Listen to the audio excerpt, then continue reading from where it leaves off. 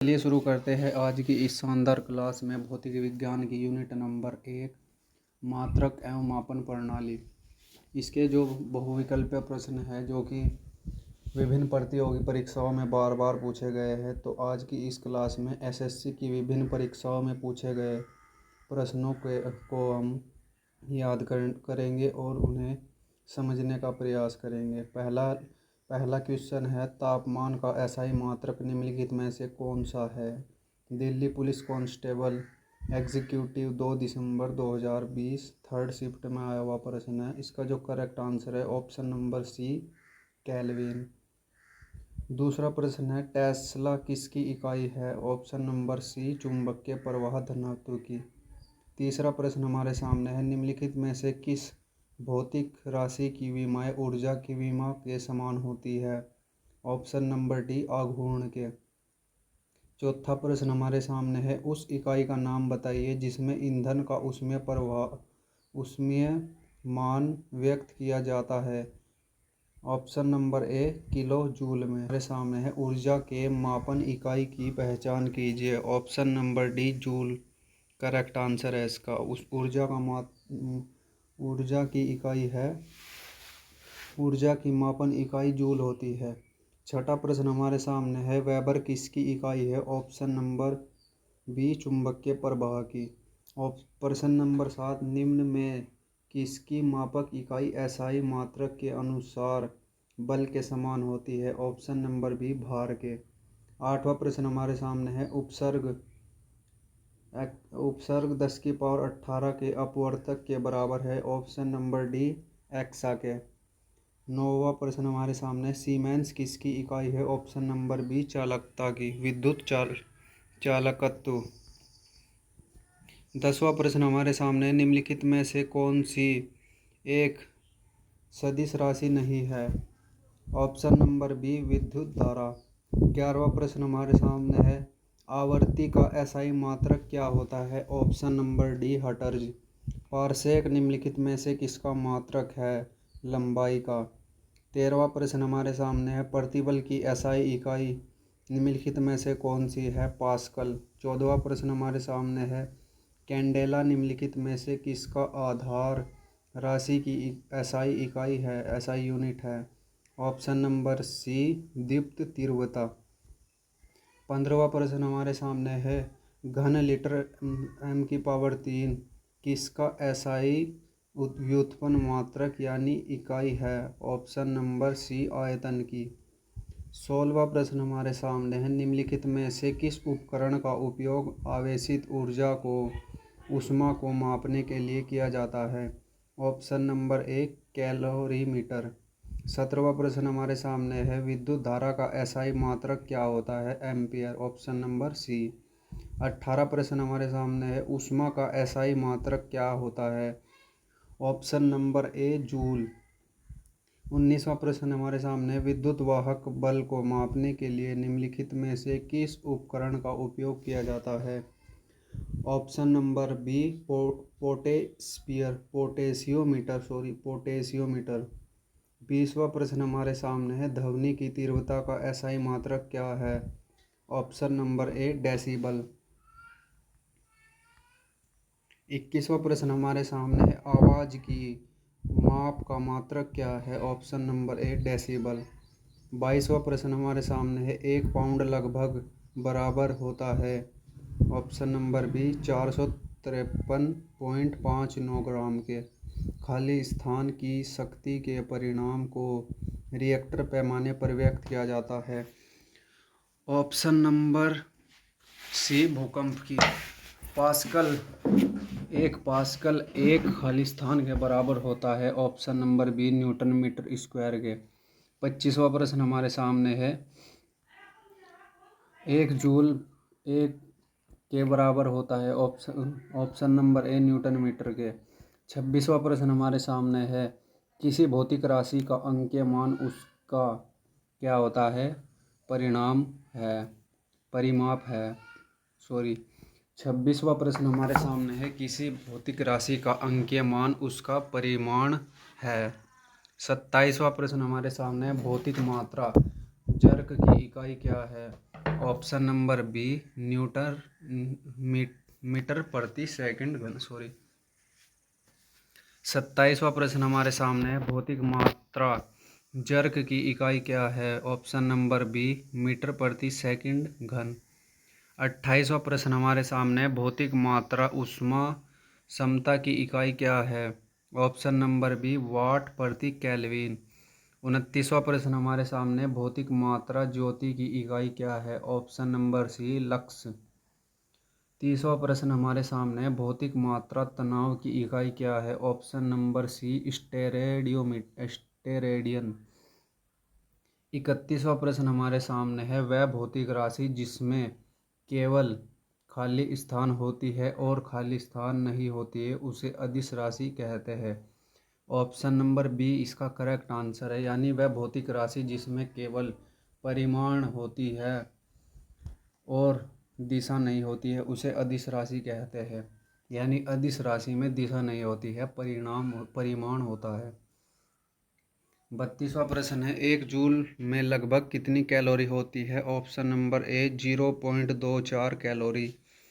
32 प्रश्न हमारे कंप्लीट हो चुके हैं। चलिए अब चलते हैं नेक्स्ट 33वें प्रश्न की ओर।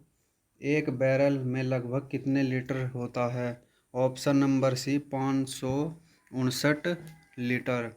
एक मैट्रिक हॉर्स पावर कितने वाट होते हैं? 736। Option number A. प्रत्येक सेंटीमीटर में 10 समान विभाजन होते हैं। 35वां प्रश्न है, ऑप्शन नंबर डी मिलीमीटर। 36वां प्रश्न हमारे सामने है, निम्नलिखित का मिलान कीजिए। प्रतिरोध किसका मात्रक है? ओम का। यानी पहले का बी कौन से में है? पहले में ही है। इसका ऑप्शन नंबर ए करेक्ट होगा। पहले का बी, दूसरे का सी यानी ऊर्जा का मात्रक जूल, शक्ति का मात्रक watt. Option number A is the correct answer. 37वां प्रश्न हमारे सामने, निम्नलिखित में से कौन एक सदिश मात्रा नहीं है? ऑप्शन नंबर डी गति सदिश मात्रा नहीं है। निम्नलिखित में से कौन से यंत्र का प्रयोग आर्द्रता को मापने के लिए किया जाता है? ऑप्शन नंबर बी आर्द्रता मापी। वायुदाब को मापने के यंत्र को बोरोमीटर कहते हैं। 40 प्रश्न हमारे सामने है, वायुमंडल में आर्द्रता मापने के लिए प्रयुक्त यंत्र को क्या कहते हैं? Option number D hygrometer. 41वां प्रश्न हमारे सामने है, ब्यूफर्ट स्केल से क्या मापा जाता है? ऑप्शन नंबर सी हवा की गति को ब्यूफर्ट स्केल से मापा जाता है। यूडियोमीटर किसका मापन करता है? ऑप्शन नंबर सी गैस का आयतन। 43वां प्रश्न हमारे सामने है, दूर से चमकते पिंड के तापमान को किस यंत्र से निर्धारित करते हैं? Option number C pyrometer. 40वां प्रश्न हमारे सामने है, वायु के वेग की माप करने वाले उपकरण को क्या कहते हैं? यानी वायु के वेग को जो मापता है उसे क्या कहते हैं? एनीमोमीटर। ऑप्शन नंबर ए। 44 क्वेश्चन हमारे कंप्लीट हो चुके हैं। अब चलते हैं 45वें प्रश्न की ओर। आर्द्रता का मात्रक क्या होता है? वायु में नमी का मात्रक आर्द्रता। Option number D is the correct answer. 46वां प्रश्न हमारे सामने है, कम तापमान को मापने के यंत्र को कहा जाता है? Option number B cryometer. हवा के वेग को मापने के यंत्र को क्या कहा जाता है? Anemometer. Option number B is the correct answer. 48वां प्रश्न हमारे सामने है, महासागर की गहराई को मापने के लिए किस उपकरण का उपयोग किया जाता है? ऑप्शन नंबर सी फेदोमीटर का। 49वां प्रश्न हमारे सामने है, भूकंप तरंगों को जिस उपकरण के द्वारा रिकॉर्ड किया जाता है उसे क्या कहते हैं? भूकंप सूचक यंत्र यानी सिस्मोग्राफ। 50वां प्रश्न हमारे सामने है, विकिरण के सभी प्रकार अल्फा बीटा और गामा का पता लगाने और उनकी माप के प्रयोग किया जाने वाला उपकरण कौन सा है? जीजर काउंटर। 51वां प्रश्न हमारे सामने है, गुरुत्वीय तरंगों का पता लगाने के लिए सर्वप्रथम किस उपकरण का उपयोग किया गया था? ऑप्शन नंबर डी लीगो का। 52वां प्रश्न है, किए गए काम काम को मापने के यंत्र को कहा जाता है? Option number D ergometer. 53वां प्रश्न हमारे सामने है, मैनोमीटर यंत्र का प्रयोग इस्तेमाल क्या मापने में किया जाता है? ऑप्शन नंबर ए दाब। बोलोमीटर का प्रयोग किसे मापने के लिए किया जाता है? ऑप्शन नंबर बी तापमान को। पवन की गति को मापने वाला उपकरण कौन सा है? Option number B anemometer. 56वां प्रश्न हमारे सामने, निम्नलिखित में से किसकी कोई विमा नहीं होती है? ऑप्शन नंबर ए विकृति की।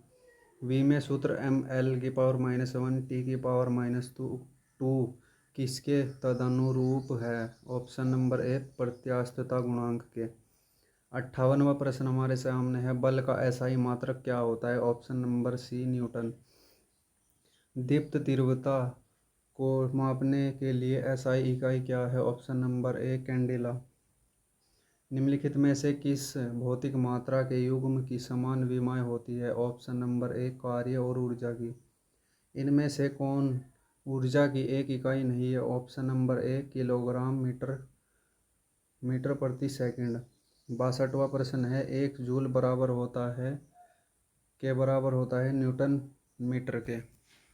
निम्नलिखित में से केवल अदिश राशि को चुनिए। Option number A is the correct answer, यानी ऊर्जा अदिश राशि है। 64वां प्रश्न है, निम्नलिखित में से कौन एक सदिश मात्रा नहीं है? ऑप्शन नंबर डी गति। 65वां प्रश्न है, एक वस्तु का द्रव्यमान एक सही विकल्प 65वां प्रश्न हमारे सामने, एक वस्तु का द्रव्यमान एक खाली स्थान है, सभी विकल्प सही है, यानी भौतिक मात्रा, मौलिक मात्रा, अदिश मात्रा। Option number D is the correct answer. 66वें प्रश्न की ओर बढ़ते हैं हम। 66वां, इस्पात के गोले में पदार्थ की मात्रा क्या होती? इस्पात के गोले में पदार्थ की मात्रा उसका क्या होती है? ऑप्शन नंबर ए द्रव्यमान। ऊष्मा को वैद्युत ऊर्जा में परिवर्तित करने के लिए प्रयोग किया जाता है। ऑप्शन नंबर डी थर्मोकपल का। चलिए अब यहाँ तक कि हमारे एसएससी के प्रश्न जो प्रीवियस ईयर में आए हुए प्रश्न हैं वो हमारे समाप्त होते हैं। अब चलते हैं विभिन्न परीक्षाओं जैसे एनडीए, एयरफोर्स और सीडीएस की विभिन्न परीक्षाओं में पूछे गए प्रश्न है। सबसे पहला है, सापेक्ष आर्द्रता यानी रिलेटिव ह्यूमिडिटी मापी जाती है। ऑप्शन नंबर बी हाइग्रोमीटर से। प्रकाश वर्ष इकाई है। ऑप्शन नंबर ए दूरी की। 3 और 4 में आपको होमवर्क देना चाहूँगा। उम्मीद है आपको ये क्लास बहुत ही शानदार लगी होगी और आपने इस क्लास से बहुत कुछ सीखा होगा। अगर आपको